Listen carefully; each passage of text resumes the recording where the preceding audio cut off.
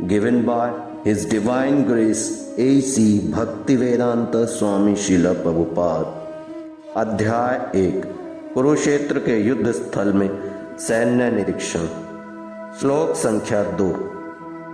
संजय उवाच दृष्ट्वा तु पाण्डवानीकं व्यूढं दुर्योधनस्तदा आचार्यम् उपसंगम्य राजा वचनम् अब्रवीत्।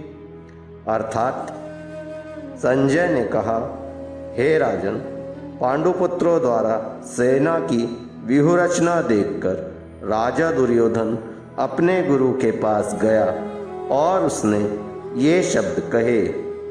तात्पर्य श्रील प्रभुपाद जी द्वारा। धृतराष्ट्र जन्म से अंधा था। दुर्भाग्यवश वह आध्यात्मिक दृष्टि से भी वंचित था।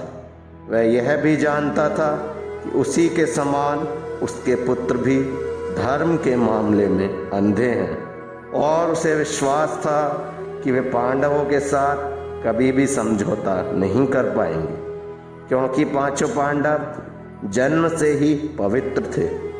फिर भी उसे तीर्थ स्थान के प्रभाव के विषय में संदेह था।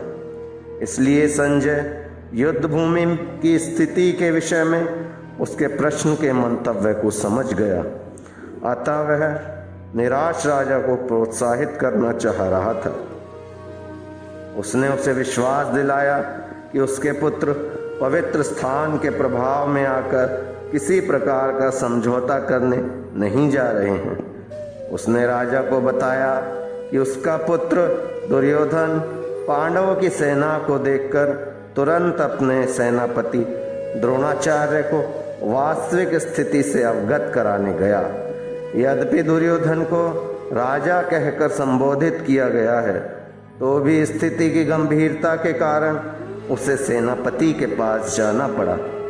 अतएव दुर्योधन राजनीतिज्ञ बनने के लिए सर्वथा उपयुक्त था, किंतु जब उसने पांडवों की व्यूहरचना देखी तो उसका यह कूटनीतिक व्यवहार उसके भय को छिपा न पाया।